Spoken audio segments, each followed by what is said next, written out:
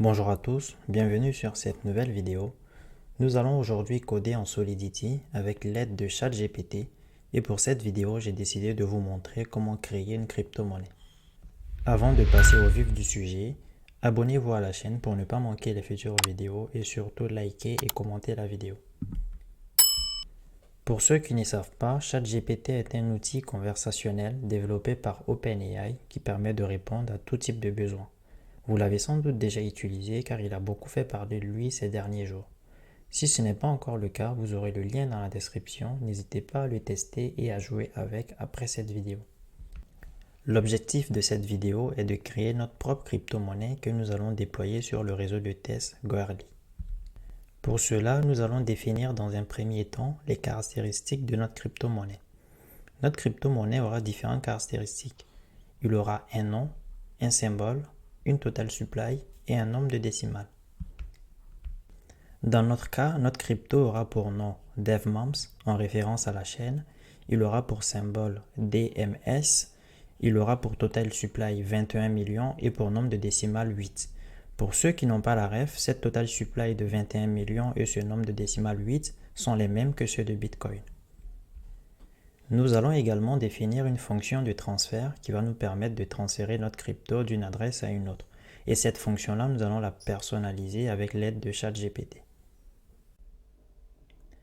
Nous allons maintenant passer à ChatGPT. Donc, je vais lui dire, je vais commencer par un salut pour rester poli. Donc, salut ChatGPT.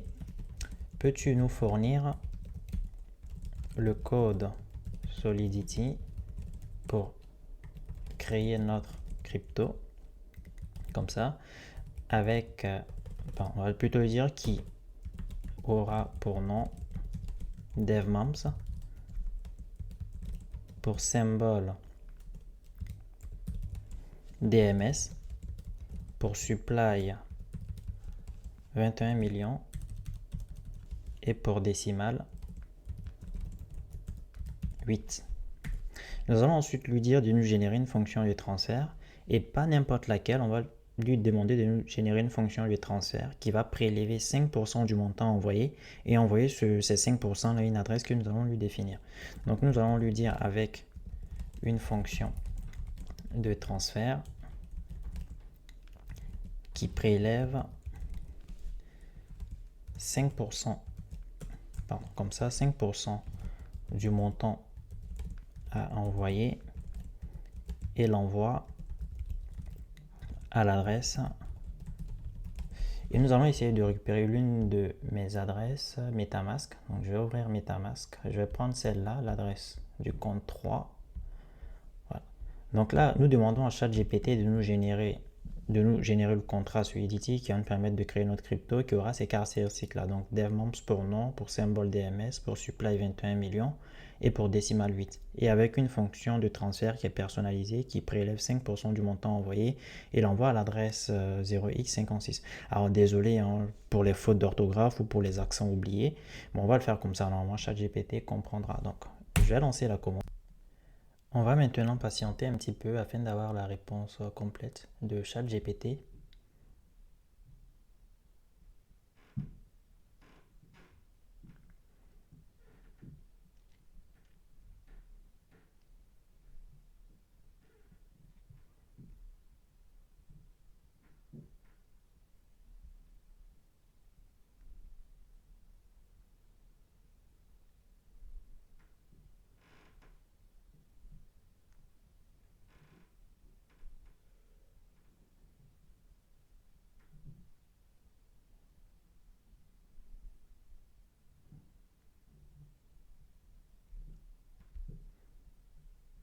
Alors, ce que je vais faire avant de commenter ce code-là, je vais le copier.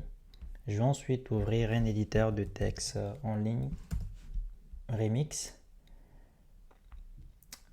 Alors, je vais fermer cette fenêtre-là. À ce niveau, je vais créer un nouveau fichier que je vais appeler token.sol. Ensuite, je vais coller le code généré par ChatGPT à ce niveau-là. Pour expliquer très rapidement ce code-là, donc dans un premier temps, on voit qu'on utilise la version Solidity 0.6.0.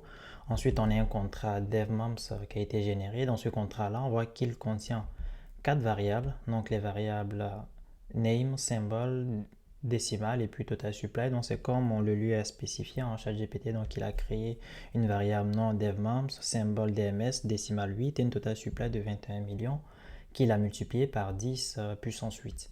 Ensuite, au niveau du constructeur, on voit qu'il affecte la total supply à l'adresse qui va créer le contrat. Donc ça se fera au niveau du déploiement du contrat.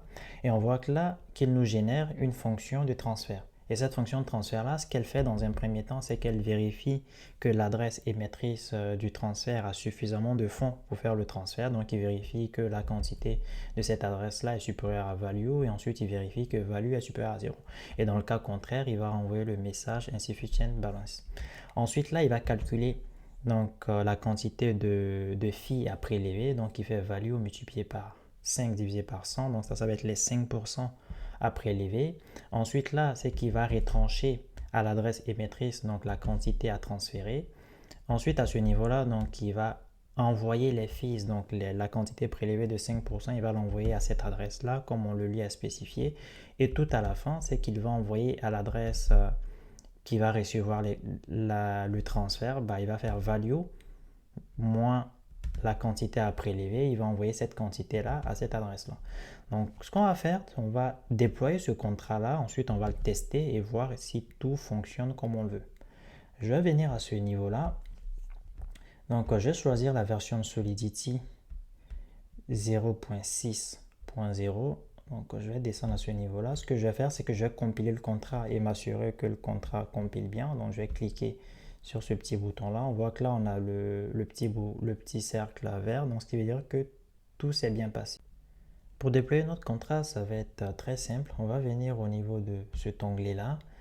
Et à ce niveau-là, dans un premier temps, on va connecter notre portefeuille MetaMask. Donc, je vais cliquer sur Injected Provider MetaMask.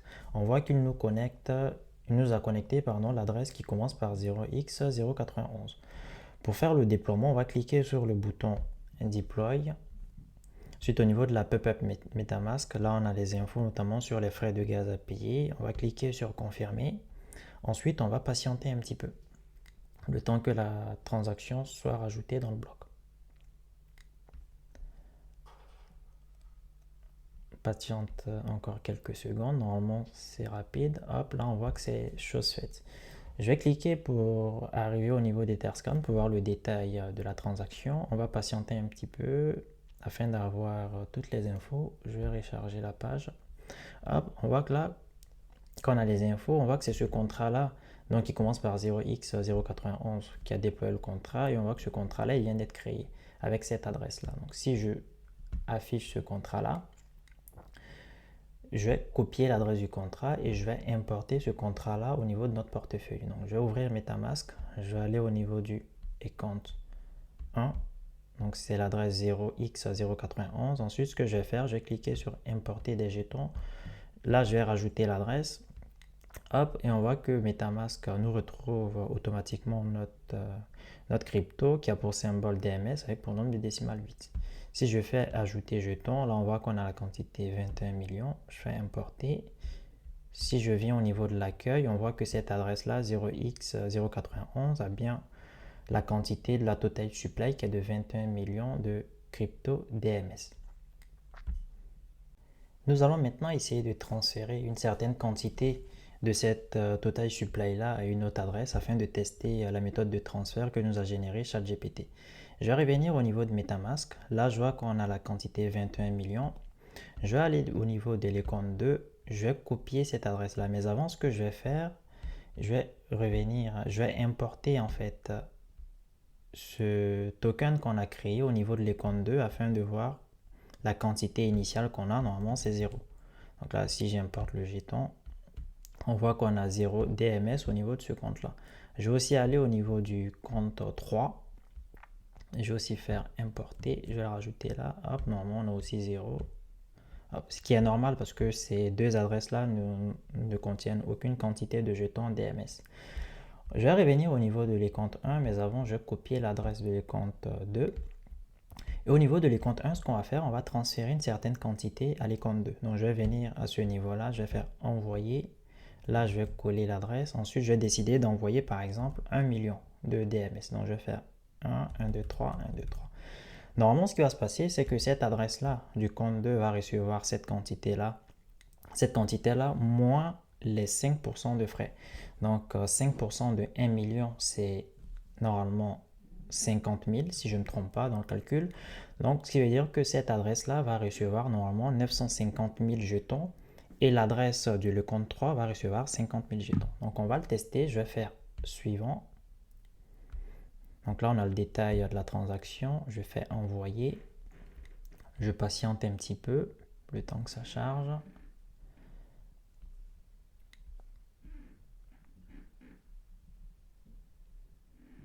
On va encore patienter. Normalement, comme je l'ai dit, c'est très rapide. Donc là, par exemple, si on va au niveau de l'onglet activité, on voit que la transaction est en cours. Donc cette transaction, si je fais cliquer, je peux l'afficher au niveau d'Etherscan. Mais on n'a pas besoin. Là, on a la petite pop-up qui nous dit que c'est bon. Donc je vais afficher le détail de la transaction sur Etherscan. On voit qu'à ce niveau-là, donc ce contrat-là a interagi avec ce contrat-là pour faire normalement un transfert. Donc on voit que la méthode qui a été appelée, c'est la méthode de transfert. Et là, si on vient vérifier au niveau de MetaMask, normalement à la base on avait 21 millions de jetons. On voit que maintenant qu'on n'en a que 20 millions, ce qui est normal. Si on va au niveau de l'écompte 2, on voit qu'on en a reçu 950 000. Et au niveau de l'écompte 3, on voit qu'on a reçu 50 000 jetons. Donc c'est bien ce qu'on a demandé à ChatGPT de nous générer dans la méthode de transfert. Donc on voit que ChatGPT a fait un très bon boulot. En conclusion, on voit que ChatGPT a été un outil très intéressant qui nous permet d'aller très vite, notamment quand on sait ce qu'on veut. On voit que là, par exemple, à l'aide de juste 3-4 phrases, on a réussi à spécifier un besoin que ChatGPT nous a aidé à résoudre. Après, ce qu'il faut noter, c'est que ChatGPT n'est pas un outil autonome à 100%. Il faut quand même passer derrière le code généré par ChatGPT et s'assurer que ce code-là fait bien ce qu'on veut faire. Ce qui veut dire qu'il faut quand même s'y connaître un petit peu, notamment en développement. J'espère que vous avez appris pas mal de choses aujourd'hui. N'hésitez pas à vous abonner pour ne pas manquer les futures vidéos et surtout à liker et à commenter la vidéo. Et sur ce, moi je vous dis à la prochaine. Peace.